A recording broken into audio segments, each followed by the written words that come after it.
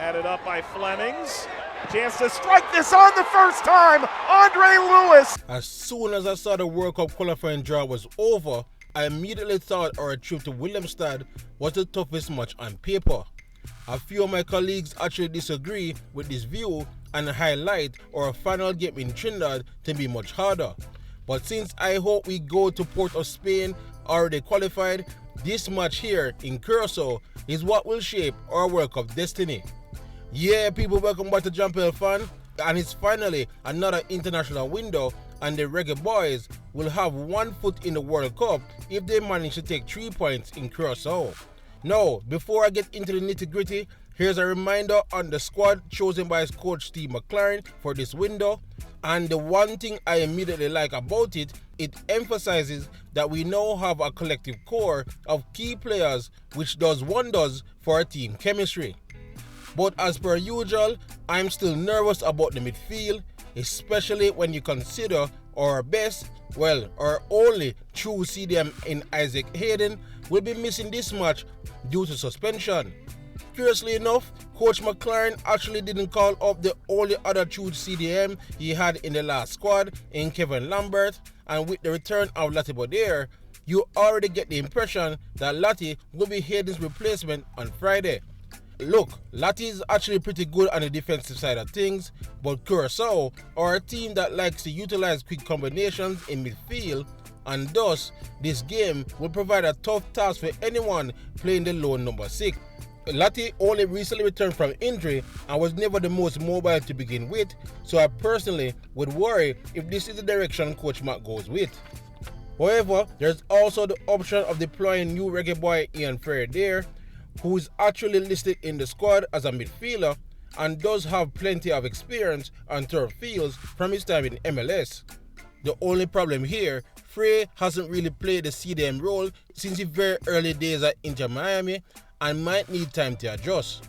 The final option in my eyes is to actually start Karai Anderson and deploy a double pivot with Russell sitting next to him in midfield.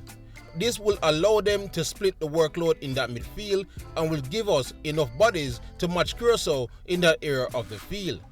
Regardless of what we decide, I am certain Bobby Reid will be in the mix somehow due to his relentless work rate and the fact that both Palmer and Gray will be missing in action. Of course, we won't be playing ourselves, and we have to touch on Curaçao as well. They are a mini Netherlands obviously, so their players are very good technically on the ball and very nimble in the 1v1s. And they do enjoy starting their build-up from the back. They have been one of the highest goal-scoring Caribbean teams in the last few years, but their current head coach, Dick Advocat, brought a greater defensive structure, better organization in the back, discipline in positioning, and the ability to hold shape outside of possession in order to give them a more balance to their play. It's clear Curaçao are becoming more consistent and competitive under Advocat's tutelage. However, I actually think they match up poorly to Jamaica's style of play. Curaçao does have their weaknesses. They absolutely do not enjoy a physical and aggressive game, and they are susceptible to the speedy transitions.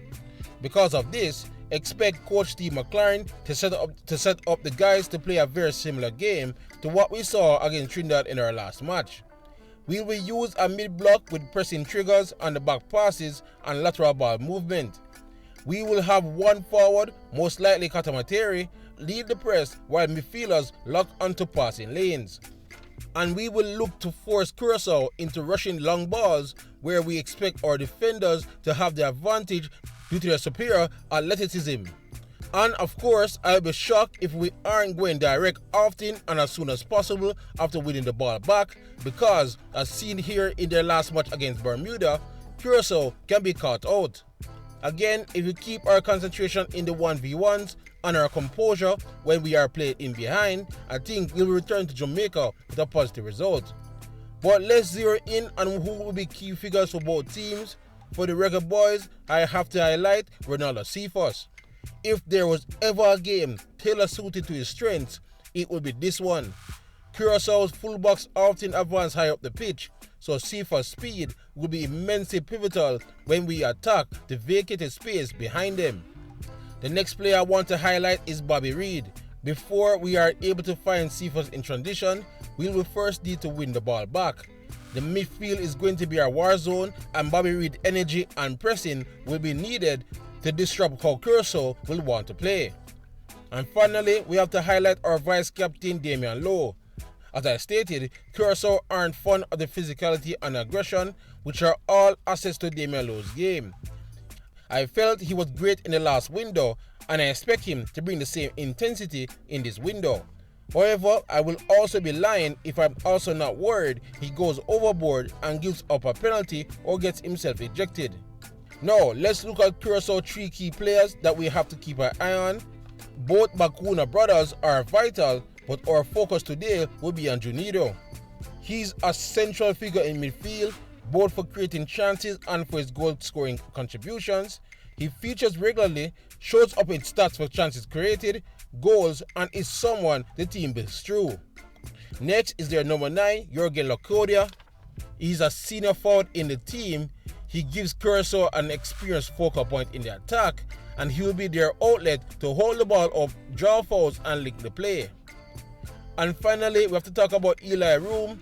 He's by far their most experienced international footballer, and over the years has been regarded as one of CONCACAF's best goalkeepers, just like Andre Blake. In tournaments and World Cup qualifiers, having a reliable keeper is essential, and Room is exactly that. As for what I see as Jamaica's projected starting 11, Blake will be in goal, Dexter will be at right back despite Lottie and Frame being in the squad. Lowe is playing, but it's a toss-up if Pinnock replaces Keane. I think Keane will get the nod based on how well he played with Lowe in the last window. Greg Lee was excellent in the last window, but I think Bell will get the nod here for his 1v1 defending abilities. CDM, tough, very tough, but I think the coach will choose Lottie over Frey. Bobby Reid will be there as well, and Russell will play a bit advanced in the attack. Seaford is a must pick in my eyes on the left, and I think Campbell will be there on the right. And finally, Bailey Katamatari will lead the line, as his direct runs will also be vital. So in closing, I'm expecting a tough match, but one we should come out with a positive result. What makes things even easier, Curaçao will be without 2 key players in Rich Edley Bizor and Taib Chung, who are both nursing injuries. But let me know in the comment section below your predictions for tomorrow's match. Otherwise, please like, subscribe and share as we look to keep you all up to date on the Reggae Boyz as they make their way through the World Cup qualifier.